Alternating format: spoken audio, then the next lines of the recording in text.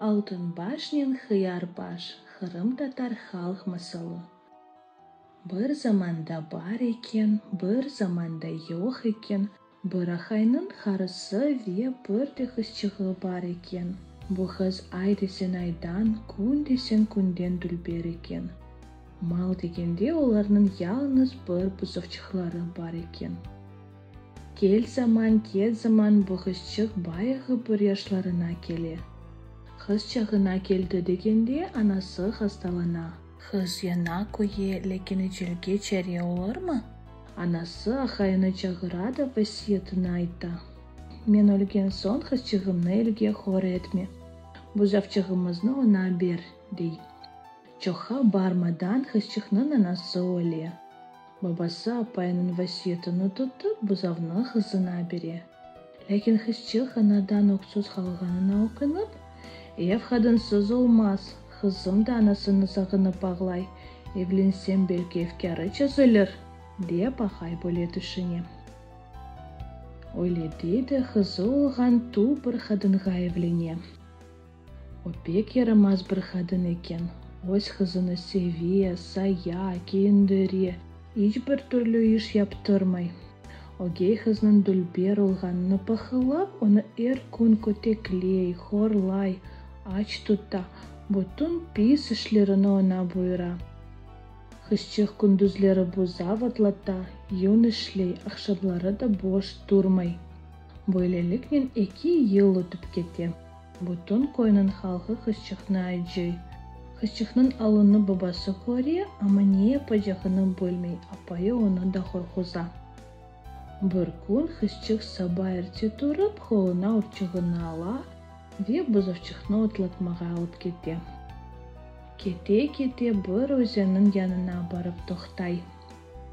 Хызчық ойланып тұрғанда өзенісіні қатырлайды, инжі кебе яшлар тоқып, ағламаға башлай.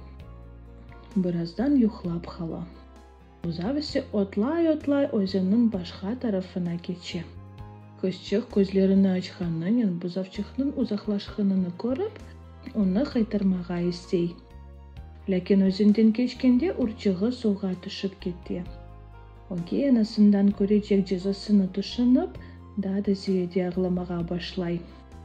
Өзенің янында бір қартыначық яша екен. Қартына хызчықның ағлағанын ешіткеннен оның янына келеді. «Не үшін ағлайсың, хызчығым? Сана не олды?» деп сұрай. Хызчық көзлерінің яшыны сұртып, «Неге ағламайым?» деп жауаплана. «Мен күн бұзав бақам, ұрчықнен юн ішлейм. Бұзавчығым өзенің о тарафына кешкен, барып қайтарайым дегенде ұрчығым суға түшіп кетті. Шымдевге барсам, огей анам кем білін не қадар көтеклер». Қартына хызчықны пек айджи. «Ағлама қызым», дей, «мен сені бақтлы етерім. Сен отыр да менің башымны бақ. Мен біраз ұқлайым. Башымны бақанда ондан ақ суф, сон ешіл суф ақар. Бұ вақыт мені уятма. Сары суф ақанда мені уятырсын. Анладың ма қызым?» «Анладым, қартына», дейді оның башыны бақмаға башлай. Қартына юхуға дала. Қартынаның башындан ақ суф, сон ешіл суф ақа. Хызчық оны уятмай. Сары суф ақанда уята. Қартына шу сары суфнен хызчықның башыны юба ве явлықнен бағылай. «Қызым, сақын башыны чезме. Қайда ювдылар?» деп сұрасалар, «Айтма», деп тенбейлей. Күнер хуна башлығында хызчық хорха евлеріне қайта. Огей анасы хызның қолында ұрчығы олмағанını көріп, ондан сұрап білеу тұрмай, хызчықны көтеклемеге башлай. Гежелерін бірінде кес юқыға далған бір вақытта, огей ана уянада көргенлеріне шашып қала. Қаранлық евнің іші недендір ярықлана екен. Атылып тұра ве огей хызның янына бара. Бақса, не көрсін? Қызын сачлары алтын теллерге чевірілген. «Тез айт, қайда олдың? Сенің башыны кім бөле япты?» деп оны көтеклемеге башлай. Завалы хызчық не пачағыны бөлмегенінден айтмаға мечбур ола. Өзен янында бір хартыначық яшай. О менің башымы сары сувнен ювып, яулықнен бағлады. Saçlarımның yıldırağını da şunun için olmalı. Bu sözlerini işitken Ogeyana sabah açılmasını dört gözden bekley. Sabah açılğanının kızını uyatadı, işinin aslını ona anlattı. Dikhatli ol, hartanını sarı suv ketmege başlaganda uyat, deyip tembelep ala. Ogeyana'nın kızı buzavını aydap özен yanına alıp bara, vetip kanasının degeni gibi yapa. Özenden atlayacak olup urçığını en hastan suğa düşüredi, son asilet ağlamağa başlay. Bu vakit hartana peyda olup, "Ne için ağlaysın kızım?" dey.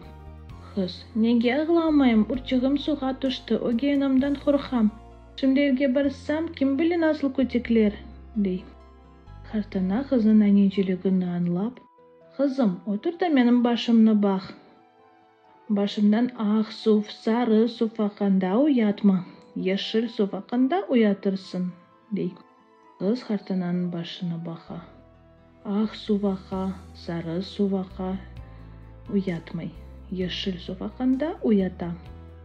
Hartana onun başını yeşil suvnen yuvada, yavuqnen bağlay ve "Bunu sakın çözme," dey. Kız huvana evlerine kayda. Gecenin bir malinde anası uyanıp kızın başını çize. Çize ama baksa ne görsün? Kızın saçları yeşil örneklerge çevirilgen. Bu örneklerde de hıyarlar öseyken. Kızının başında ösken hıyarlarını anası yulha, lakin hıyarlar daha da ziyade öseler. İşte bu günden son şu kızın adı Hıyarbaş kız olup kala.